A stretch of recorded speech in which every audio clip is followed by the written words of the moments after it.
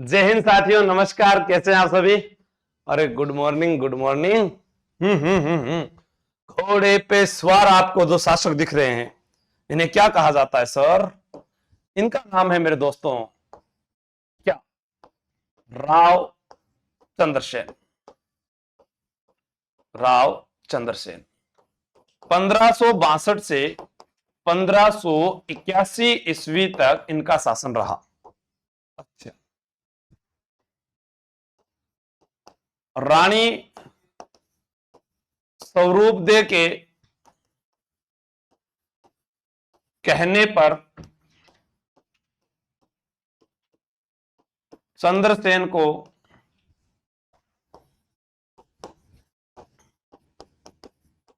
उत्तराधिकारी घोषित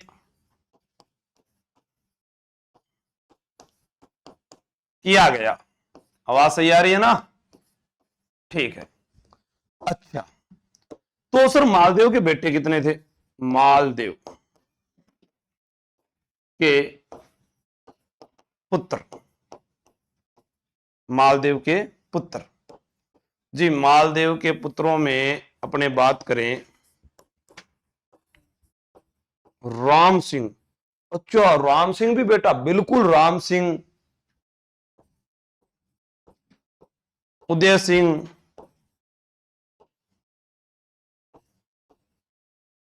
चंद्रसेन,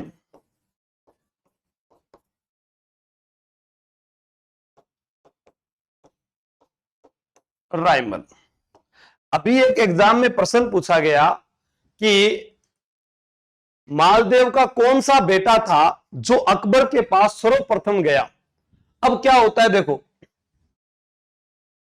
चंद्रसेन जो है ना, इसके बाद गद्दी पर जो बैठता है वो बैठता है मोटा राजा उदय सिंह। लेकिन अकबर के पास कौन गया था? राम सिंह गया था। 1562 ईस्वी में सर्वप्रथम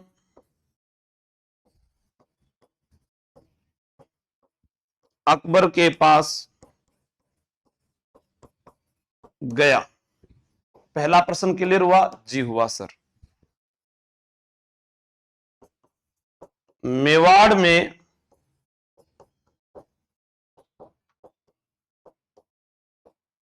केलवा की जागीर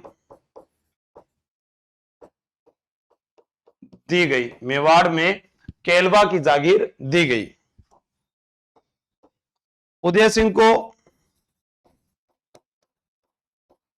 फलोदी की जागीर मिली। फलोदी की जागीर मिली। अब आगे कौन आया? चंद्रसेन। चंद्रसेन को तो उत्तराधिकारी घोषित ही कर दिया। उत्तराधिकारी। और फिर हमारे पास में कौन बचता है? रायमल। रायमल जो होता है वह सिरोही के सुल्तान देवड़ा के साथ युद्ध करते हुए वीरगति को प्राप्त होता है। किसके साथ युद्ध करता है? रायमल सिरोही के सुल्तान देवड़ा के साथ युद्ध करते हुए वीरगति को प्राप्त होता है, वो है रायमल।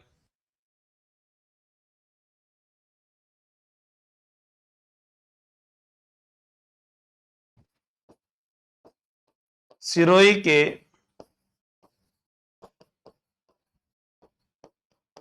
सुल्तान देवड़ा से युद्ध करते हुए वीरगति को प्राप्त।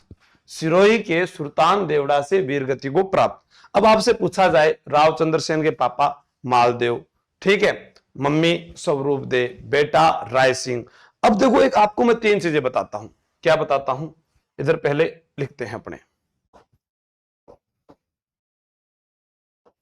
1540, 1541 और 1542 राणा प्रताप का जन्म। और राणा प्रताप का जन्म, ये अच्छा फैक्ट है। तीन चीजों का बहुत अच्छे प्रश्न आएंगे। चंद्रसेन व राय सिंह राठौड़ का जन्म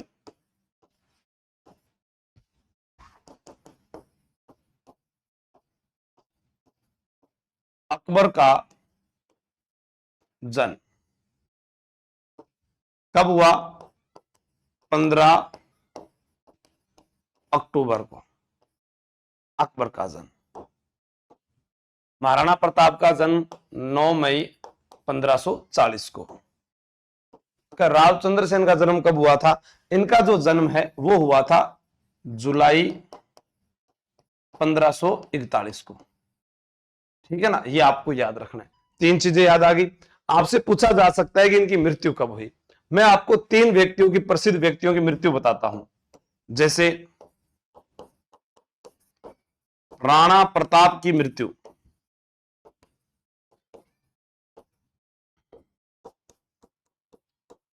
राणा सांगा की मृत्यु, राव चंद्रसेन की मृत्यु। यहां पर राणा प्रताप की मृत्यु कब हुई? 15 जनवरी 1597 ईस्वी। फिर 30 जनवरी 1528 ईस्वी।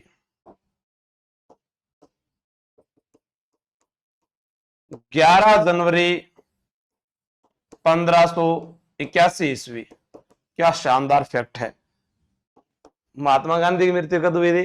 गुरुजी 22 जनवरी के अंदर ही हुई। हाँ बिल्कुल ठीक है, तो ये होगी। अब देखो इनका गद्दी का क्रम भी आप याद रख सकते हैं। राणा प्रताप गद्दी पर कब बैठे थे? 1572 में। चंद्रसेन 1562 में। अकबर 1556 में। ठीक है, गद्दी पर बैठे। तो ये भी आपको याद हो सकता है। तो ऐसे आप जब फैक्ट्स को लिख लेंगे ना, फिर कोई भी एग्जाम हो आपको पता रहेगा 3 राजा तो जनवरी में मृत्यु होती है। आपको फैक्ट याद रहेगा कि जनवरी में ही मृत्यु होती है।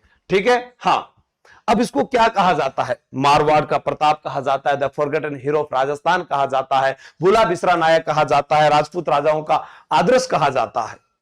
गुड मॉर्निंग सर, क्या शॉर्टकट बताया आपने, बहुत बढ़िया। अरे तुम्हारे लिए बताता हूं मैं। चलो वापस बात करते हैं, थोड़ा सा लिखते हैं। राव चंद्रसेन का जीवन परिचय। राव चंद्रसेन जीवन परिचय। जन्म जुलाई 1541 ईस्वी। पिता राव मालदेव,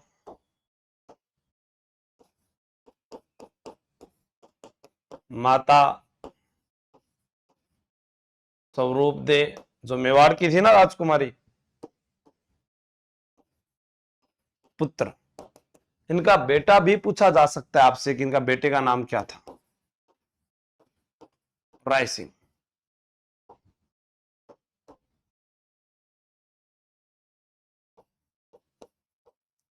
राज्याभिषेक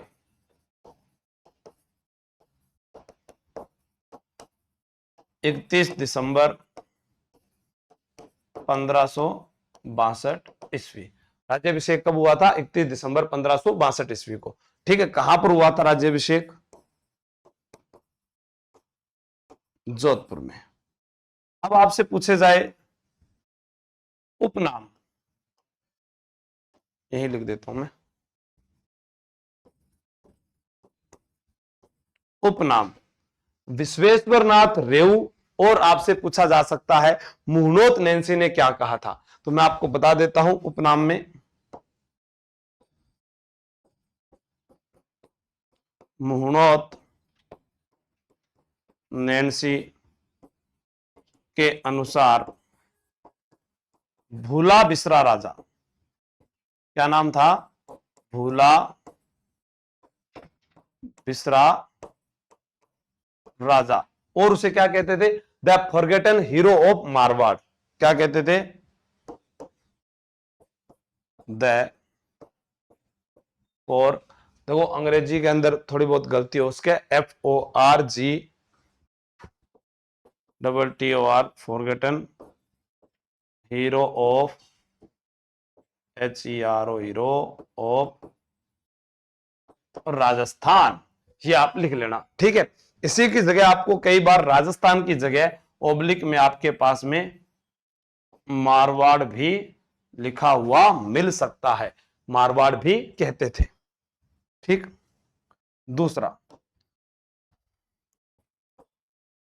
विश्वेश्वर नाथ रेऊ के अनुसार क्या कहा गया? मारवाड़ का प्रताप। कैसे कहा गया मारवाड़ का प्रताप? मैं आपको बताता हूं।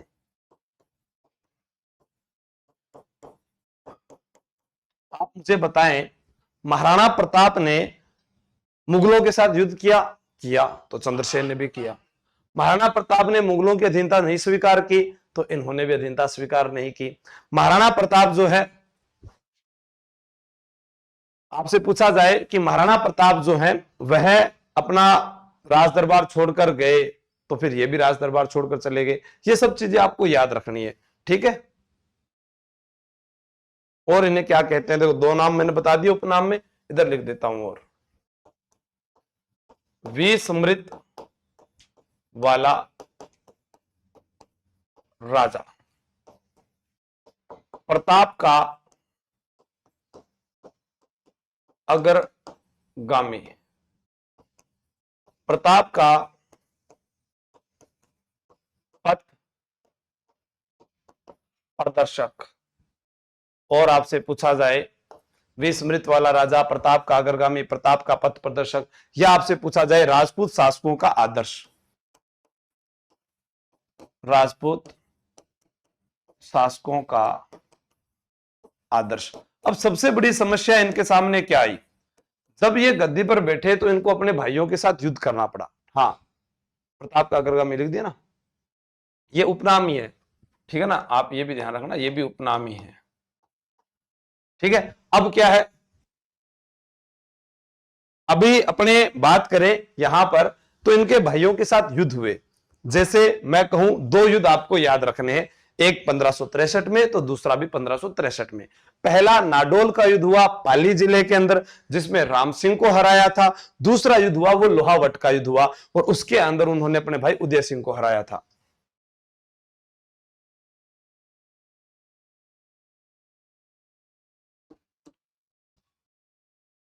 एक युद्ध का नाम क्या है? नाडोल का युद्ध। कब हुआ सर? अरे भाया, 1563। गद्दी पर बैठते ही तो भाई विरोधी हो गए थे। कहां पर हुआ था? पाली में, पाली में।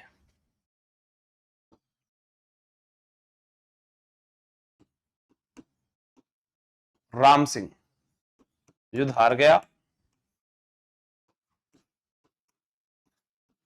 राव चंद्रसेन जीत गया। दूसरा युद्ध और बताओ। जी सर, लोहावट का युद्ध। लोहावट का युद्ध 1563 ईस्वी। लोहावट कहां पर पड़ता है? जी ये जोधपुर में हुआ। आप लोगों ने जाम्बोजी का नाम सुना होगा। जाम्बोजी जो है, उनके पिता का नाम था लोहट जी पंवार। क्या नाम था? लोहट जी पंवार।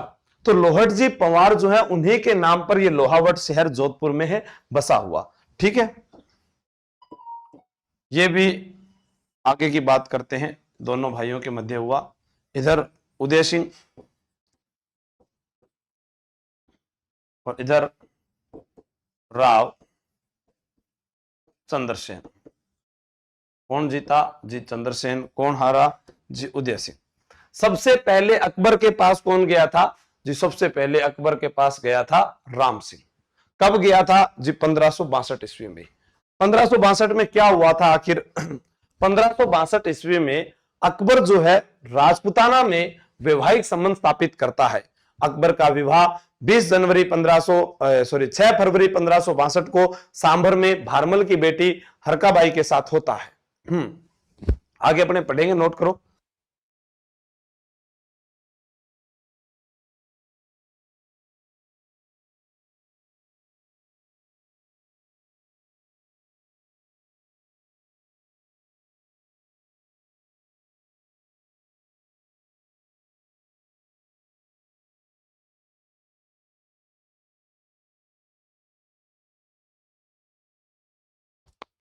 मोनिका माहर, विक्रम, भोला बिसरा, आरू, ऐसा अरुणा, पूरा लिख दी।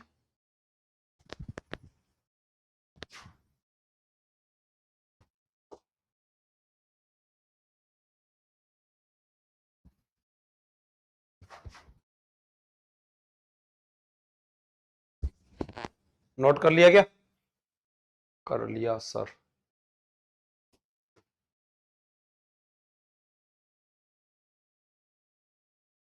ठीक है। ये लिख लो रे। चाय पी लो थे, चाय पे ध्यान। जीवडन चाय पी लो।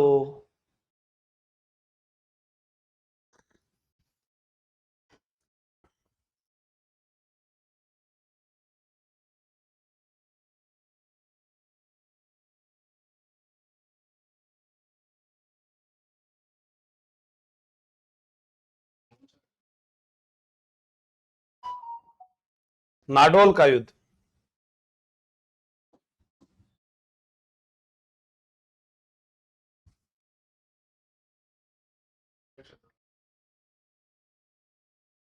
बहुत बढ़िया, शाबाश। ठीक है, अब देखो इसके बाद क्या होता है।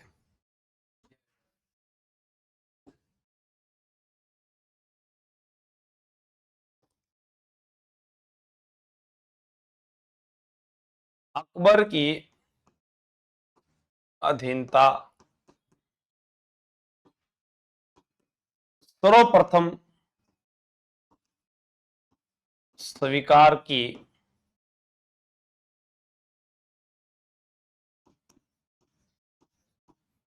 भारमल ने। अकबर की अधीनता सर्वप्रथम स्वीकार की किसने? भारमल ने। कब की थी? 20 जनवरी 1562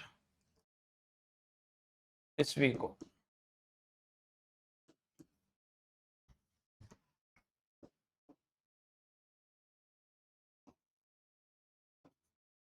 अकबर का विवाह 6 फरवरी 1562 ईस्वी को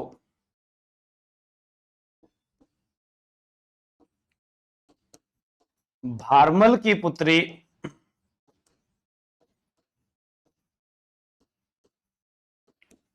हरकाबाई से हुआ। अब क्या होता है पता है? भारमल पहला राजा, राजपुताने का पहला शासक जिसने मुगलों की अधीनता स्वीकार की। भारमल। क्या क्या प्रश्न आएंगे? राजपुताने का पहला शासक जिसने मुगलों की अधीनता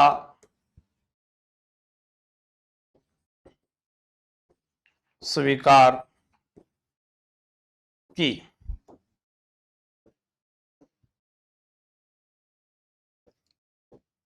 नागौर दरबार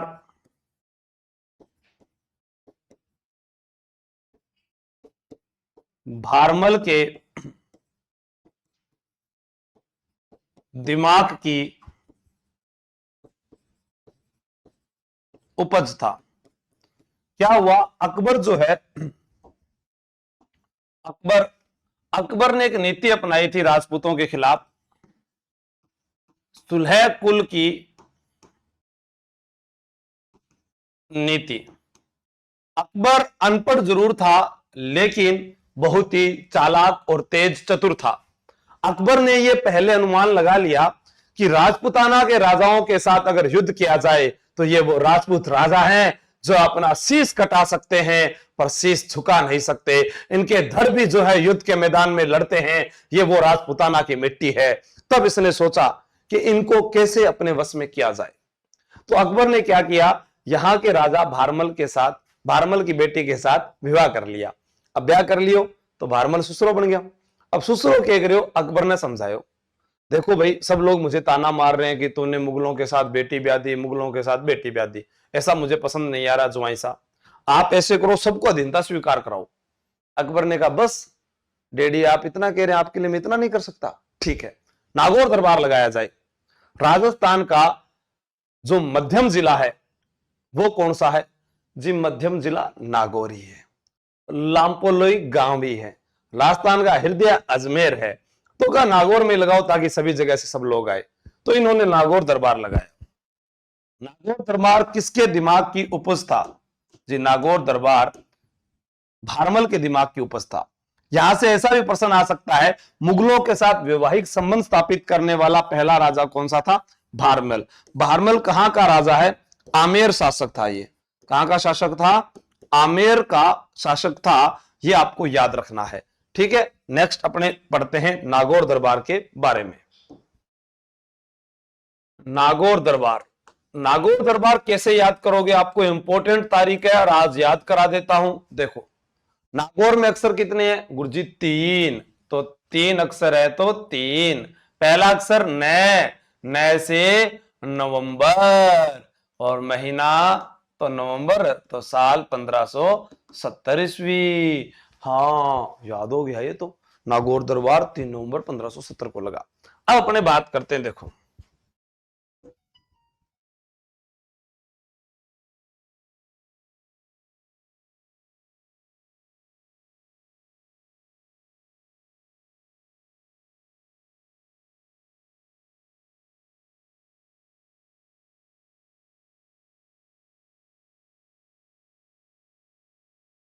ठीक है। ओ अकबर बैठे आपने,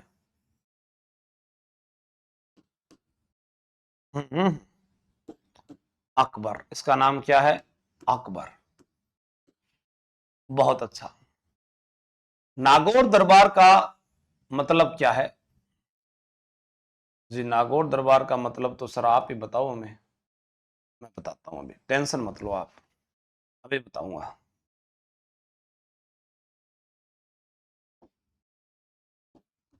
नागौर दरबार, राजस्थान के अधिकांश राजाओं ने अधीनता स्वीकार की।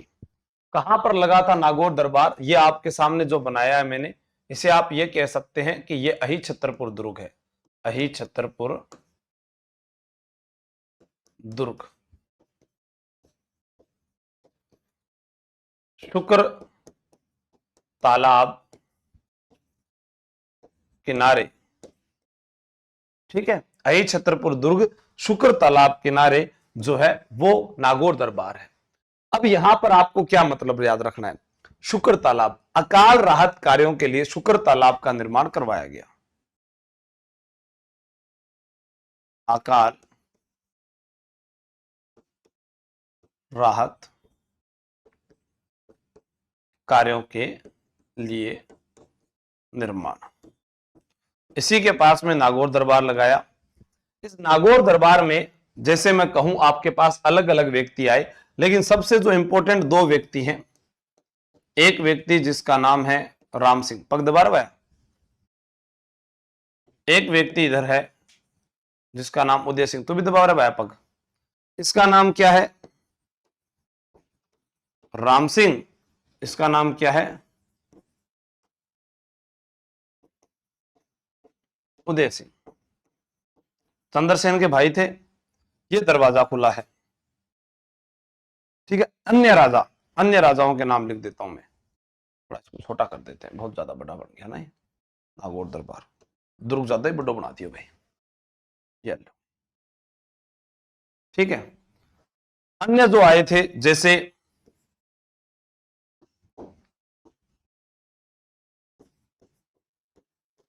जैसलमेर से हर्राज, कोटा से दुर्जन साल, सिरोही से सुल्तान देवड़ा, सुल्तान देवड़ा, सॉरी रणथंभौर, नहीं सिरोही से आया था सुल्तान देवड़ा। ठीक है, सिरोही से सुल्तान देवड़ा। देवड़ा शासक कहां के थे? सिरोही के थे। अपने को याद क्या करना है, एक यहां पर चंद्रसेन भी आया, ये कौन है?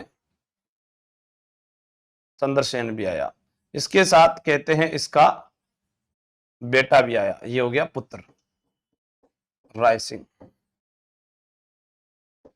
ये आया राव चंद्रसेन। बीकानेर का कल्याणमल भी मौजूद था, बीकानेर से कौन आया था? कल्याणमल। कल्याणमल अपने दोनों बेटों के साथ आया था, एक का नाम था राय सिंह राठौड़ और एक का नाम था पृथ्वीराज राठौड़। राय सिंह को चंद्रसेन के खिलाफ भेजा जाएगा, पृथ्वीराज को गागरोन दुर्ग में भेजा जाएगा।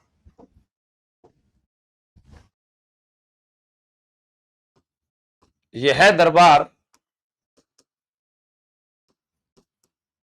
राजपूत राजाओं की परतंत्रता, परतंत्रता का प्रतीक माना जाता है।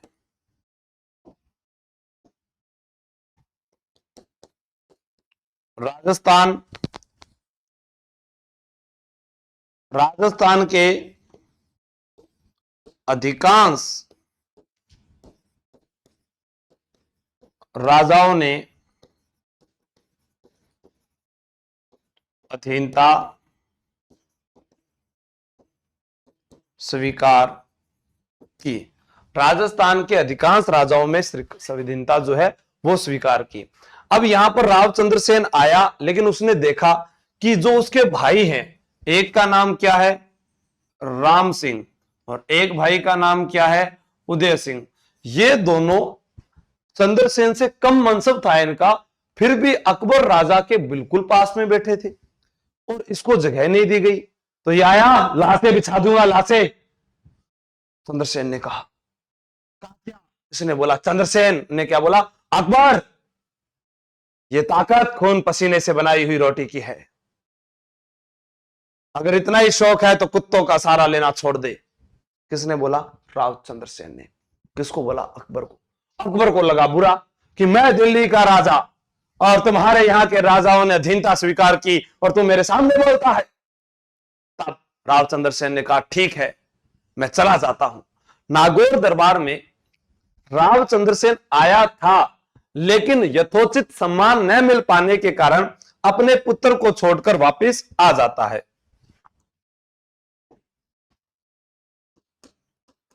राव चंद्रसेन को नागौर दरबार में यथोचित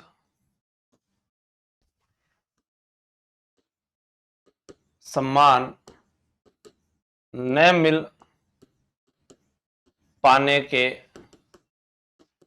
कारण वह अपने पुत्र को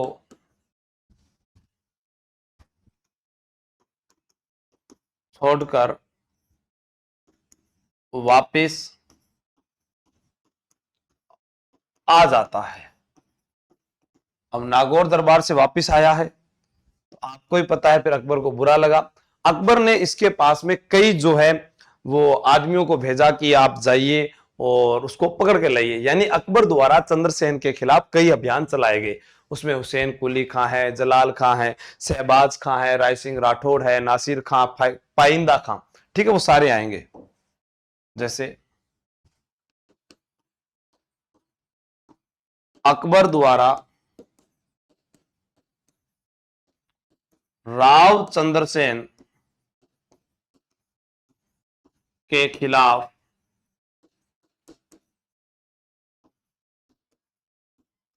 भेजे गए अभियान।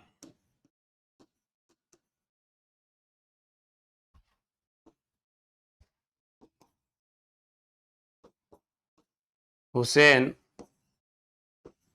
कुली खां सर्वप्रथम भेजा गया।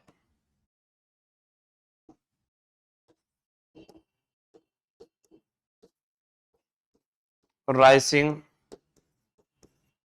राठौड़ 1573 ईस्वी में जोधपुर का गवर्नर बनाया।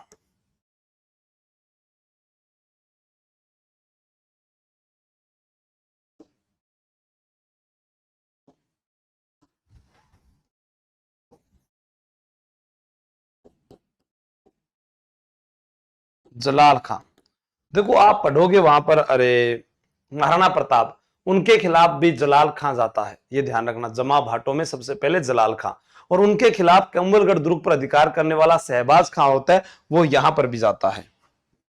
ठीक है, 4 नंबर सॉरी, शहबाज खां।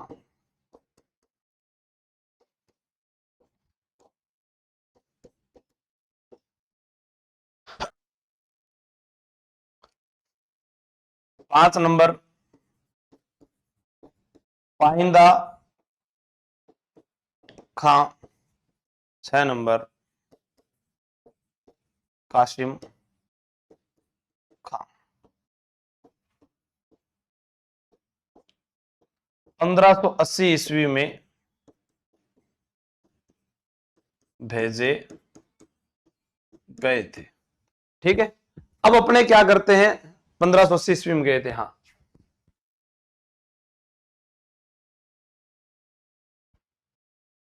हम्म, अब अपने पढ़ते हैं कि वो कैसे कैसे गया, क्या क्या कहां पर गया। जैसे देखो सबसे पहले कहां से निकलेगा, नागौर दरबार से निकलेगा, हाँ। ठीक है, नागौर दरबार से निकलेगा, फिर वो जाएगा कहां पर, अपने घर पर जाएगा जोधपुर। जोधपुर से वो निकलकर भादरा जून, भादरा जून से सिवाना दुर्ग, सिवाना से डूंगरपुर बांसवाड़ा होता हुआ कोटड़ा में महाराणा प्रताप से मिलकर कुंभल दुर्ग में उनका राज्याभिषेक करवाकर कानूंजा व सारण की पहाड़ियों से होता हुआ पोखरण दुर्ग को गिरवी रखकर दुंदाड़ा में जाकर वह मिलता है। ठीक है, आइए मैं आपको बताता हूं। डायग्राम बनाना है आपने, एक छोटा सा नागौर दरबार। ठीक है, नागौर दरबार से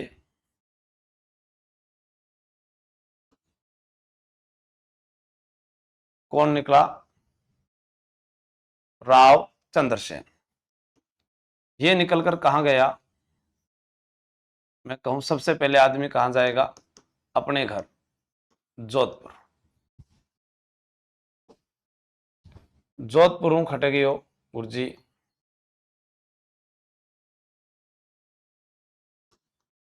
भाद्रा जून। भाद्रा जून जो है, भाद्रा जून, ये कहां पर है, जालोर में है, जालोर, जहां पर शिक्षा नगरी का खिताब दे देना चाहिए। एक ही जगह से 100 तहसील में से 100 थानेदार, जिले से 200 थानेदार। भादरा जून जालोर, यहां से गया,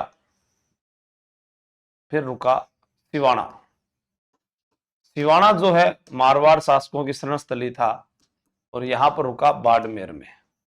ठीक है, सिवाना बाड़मेर से सीधा चला जाता है डूंगरपुर। कहां चला जाएगा, घुमा दो थोड़ा सा और ऐसे बना दो, ये आ गया डूंगरपुर। डूंगरपुर से फिर आगे निकलेगा, तब यहां पर आपको मिलेंगे बांसवाड़ा में। कहा मिलेंगे, बांसवाड़ा में। फिर बांसवाड़ा से थोड़ा सा आगे चलता है, तब मुलाकात होती है कोटड़ा में। कहां पर होती है, कोटड़ा में। फिर यहां से थोड़ा सा ही आगे बढ़ते हैं, तब हमारे पास में आता है कुंभलगढ़। क्या आता है, कुंभलगढ़। फिर कुंभलगढ़ से आगे निकलते हैं, तब मैं ये कह सकता हूं कि ये इस प्रकार से पहाड़ियां, फिर यहां से, फिर ये पहाड़ियां, फिर यहां से, फिर एक जगह ये दुर्ग, फिर यहां से यहां, और फिर यहां से यहां पर इसको खत्म कर देंगे। ये कौन सी पहाड़ियां थी, ये थी कानुंजा की पहाड़ियां। कानुंजा की पहाड़ियां, ये मारवाड़ में पाली में है, सारण की पहाड़ियां। ये है पोखरण दुर्ग, जो गिरवी रखा था, पोखरण दुर्ग। ये है दुंदाड़ा, जहां पर इनको जहर दिया गया था। ठीक है, और उसके बाद इनकी जो छतरी है, हाँ जो छतरी है वो बनी है सचियाप गांव में। कहां बनी है, सचियाप गांव। तो ये हो गया सचियाप, सचियाप। मैं इसको लिख देता हूं, सचियाप, सचियाप। ठीक है, ये सचियाप हो गया। देखो कोटड़ा में किससे मुलाकात हुई, महाराणा प्रताप से मुलाकात। कुंभलगढ़ में राणा प्रताप के औपचारिक राज्याभिषेक में शामिल था। डूंगरपुर के आस्करण ने सहायता प्रदान की थी। बांसवाड़ा के प्रताप सिंह ने इनको 3-4 गांव दिए थे। हाँ, सिवाना क्या है, सिवाना जो है ये मेवाड़ की संकटकालीन राजधानी है भाई। यहां पर रहकर 4 साल तक मुगलों का विरोध किया था। सिवाना मारवाड़ की, सॉरी मेवाड़ बोल दिया, मारवाड़ की संकटकालीन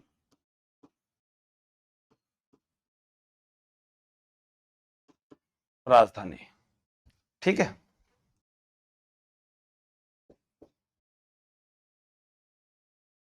चार वर्षों तक मुगलों का यहीं से सामना किया।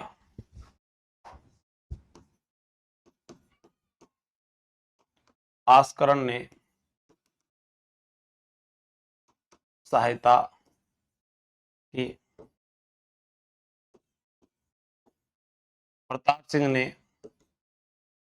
3-4 गांव दिए। राणा प्रताप से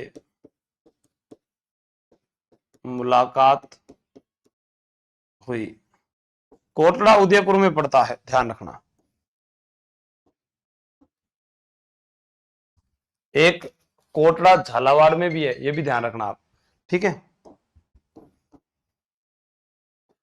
1578 ईस्वी के राणा प्रताप के औपचारिक राज्याभिषेक में शामिल रहा। ठीक है, फिर पहाड़ियों में तो कुछ होता ही नहीं, वो वैसा वैसा चला गया। पोखरण दुर्ग जो है, हर राज के पास गिरवी रखा। हर राज जो यहाँ के शासक थे उनके पास गिरवी रखा था। ठीक है, दुंधारा में एक व्यक्ति थे जिनका नाम था वेरीसाल कुंपावत। वेरीसाल कुंपावत ने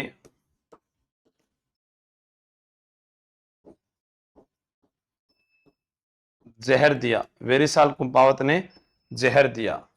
और सचियाप 11 जनवरी 1581 ईस्वी को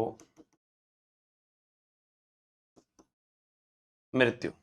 ठीक है, यहां पर छतरी बनी है, यहां पर रावचंद्र सेन की छतरी बनी है। तो एक बार आप इसको नोट कर लो, थोड़ी काफी बड़ा है तो आपको याद हो जाएगा ये।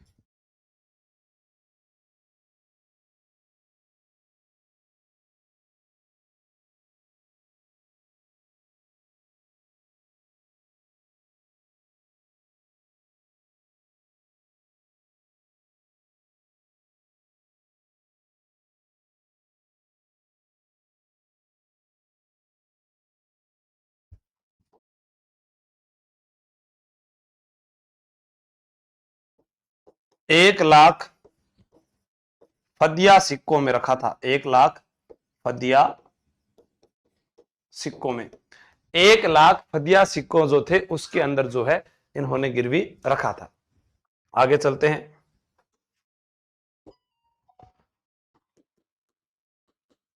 मारवाड़ का अंतिम शासक चंद्रसेन था, जिसने मुगलों की अधीनता स्वीकार नहीं की।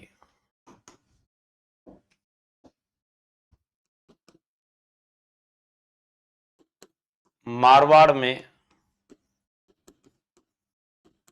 छापामार पद्धति का प्रयोग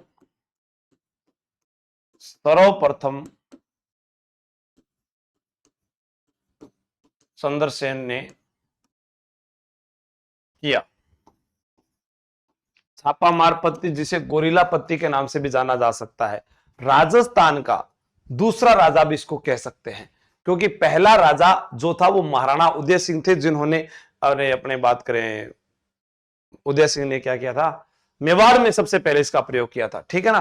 छापामार पत्ती को क्या कह सकते हैं अपने, गुरिल्ला पद्धति भी कह सकते हैं, गुरिल्ला पद्धति।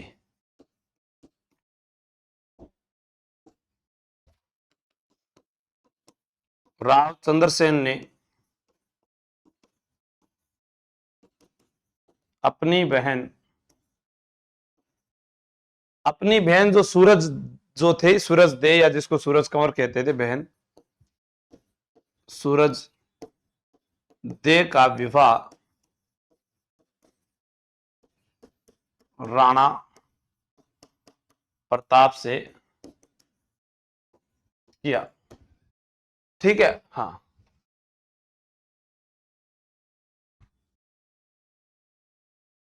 राणा प्रताप ने अपनी बहन का विवाह चंद्रसेन से किया, ऐसे हुआ क्या? हाँ, ठीक है, कोई बात नहीं, सही कर देते हैं भाई। और एक लाइन गलत होगी तो अब सही कर देंगे। राणा प्रताप ने अपनी बहन सूरज दे का विवाह चंद्रसेन से किया।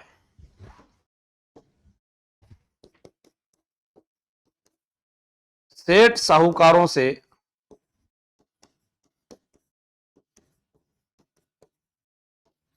धन लूटने के कारण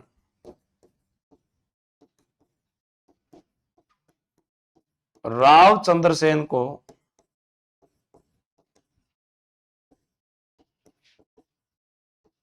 भूला बिसरा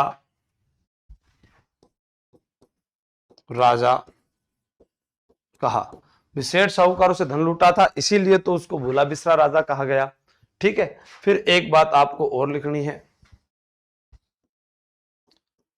1581 में जब इसकी मृत्यु हो गई, 1581 से 1583 ईस्वी तक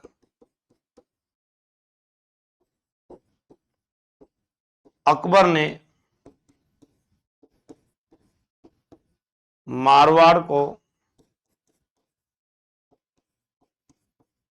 खालसा भूमि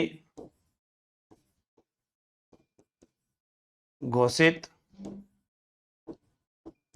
किया। अब आप पूछोगे खालसा भूमि क्या होती है? खालसा भूमि, देखो खाल है, खाली, सा से सरकारी, सरकार नियंत्रण वाली भूमि, सरकार के नियंत्रण वाली भूमि। ठीक है, अब मैं जैसे जैसे कहूं वैसे वैसे आप बोल दो, आपको सारा याद हो जाएगा। मारवाड़ यानी जोधपुर लिख दो आप, आपको नहीं समझ में आए तो एग्जाम में ये पूछेगा जोधपुर। ठीक है, एक अगर नोट लगा के लिखो तो लिख सकते हो, राजस्थान में सर्वप्रथम छापामार